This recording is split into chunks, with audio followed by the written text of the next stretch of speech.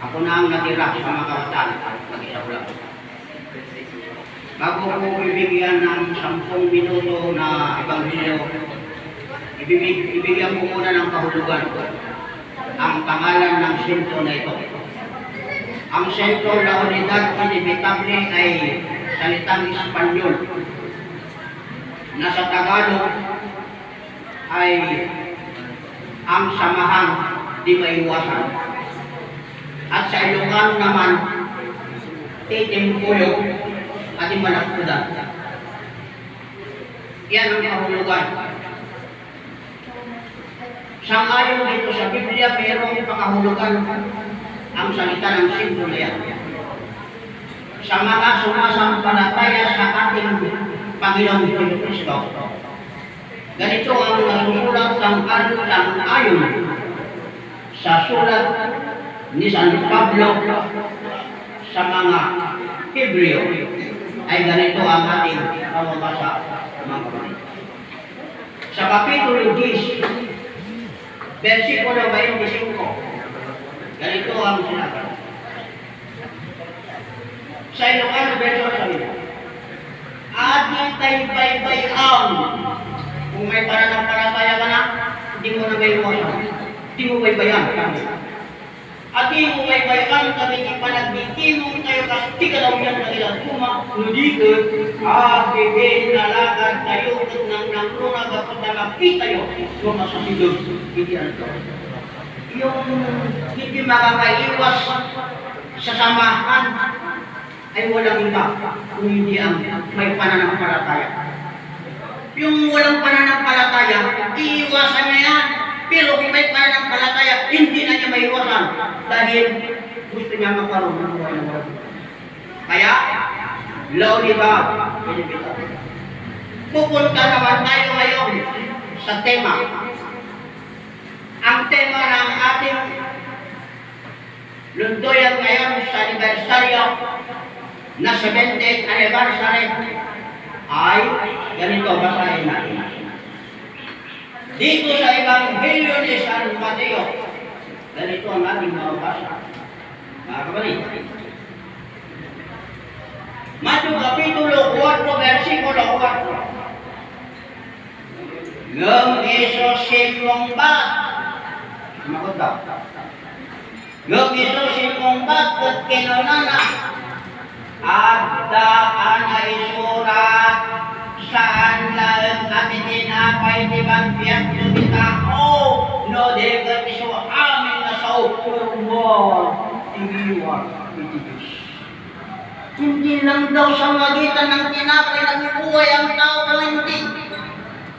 Ang salita mo, alam niyo yung mga hudyo, ang ipinabubuhay nila ay tinapay. Ang pinakapagkain nila ay tinapay. Pero sa ating mga Pilipino, ang ating pagkain para mabuhay tayo, inapoy, kanin. Pero sa mga Hudyo, tinapay ang pinakain nila. Para mabuhay. Pero at merong mas mahalaga sa tao. Walang iba ang salita. Ang salita ng ating Panginoong Diyos, bakit mahalaga, mga kapatid? Ano ang nakatalasang ayon sa banal na kasulatan na ating pinag-aaralan, mga kapatid? O ganito ang sinasabi niya. Sa Ebanghelyo ni San Juan, sa Kapitulo 6, versikulo 16. Sabi niya dito, Ti Espiritu ti magdatiyaw, tilasagawan ti may na, dagit ni sa ongin sa kadagayaw, Espiritu daw, yung salita niya raw, Espiritu at buhay, kaya napakahalaga ang ating pinag-aaralan na Biblia.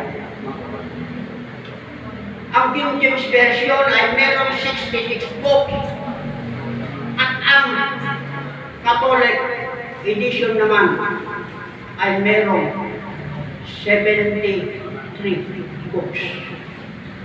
Bakit 73 books?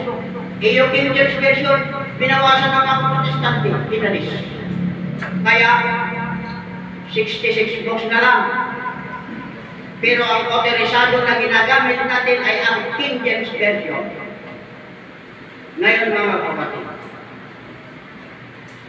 bakit ang ating tema na ating tinitema ngayon ay ang kahalagahan ng salita ng Diyos? Ito ba iniutos ng ating Panginoong Diyos? Ang salita niya ay kailangan may palaganap sa mga tao. Mga kapatid, ganito ang mababasa.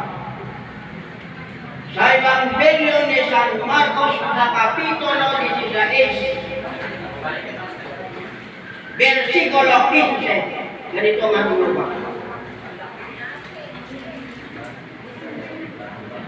Kut kinonanang kadamado, ingkay niso amin nga lubong yung mga tao yun. Kut kinonanang kadamado, ingkay niso amin nga lubong kat ikasabayo, Ebanghelyo, iso amin, ikasabayo, ipangaral ang Ebanghelyo, dahil kaligtasan ang Ebanghelyo. Ang Ebanghelyo, ang kahulugan nito, ang Anglo-Saxon word, ibig sabihin, mabuting balita tungkol sa ating Panginoon. Kaya nga, nagsakripisyo siya San Pablo tungkol sa Ebanghelyo na ipinangaral niya sa mga tao, mga kapatid, dahil ang Ebanghelyo ay kaligtasan, kaya sinabi na rito. Sa 1 Corinto Kapitulo 15, versikulo 1 hanggang 2, ganito ang ating magbasa. Ipalawag ko ngayon kada kayo, kakabsa, Ebanghelyo, Ebanghelyo yung salita ng Diyos, Ebanghelyo ngayong kasabak ka na kayo, isumot nga inawat nyo, isumot ngayon yung masititibkan, dos, kat kapagin pa na may salakan kayo, nuikotan nyo, nga nanayon, isawangin kasabat ka na kayo, malaksi, lumagmati kayo, lumarin-barin. Yung kaligtasan, Ebanghelyo pinangaral ng San Pablo, maliban na lamang kung mananampalataya tayo na, sabi niya, bareng-bareng. Ano yung bareng-bareng? Yung bareng-bareng, yung watil-watil. Sa dalawang isip. Ganyan ang sinasabi mga kapatid, ilang minuto sa Pangulo. Tingnan po nila yung mga audience nyo kung maligaya pa sila. Yan lang po ang aking may share mga kapatid. At sana ipagpatuloy natin. Biruin nyo, ako kabataan noon, ako na lang mag-isa. Dahil ang salitang sentro law nito, hindi maiwasan. Huwag mong iwasan hanggang punta ka sa Gloria. Magandang umaga po sa ating lahat at happy 78th anniversary. Mabuhay ang USFI, Sentro Launidad, Ilimangapi. Salamat po.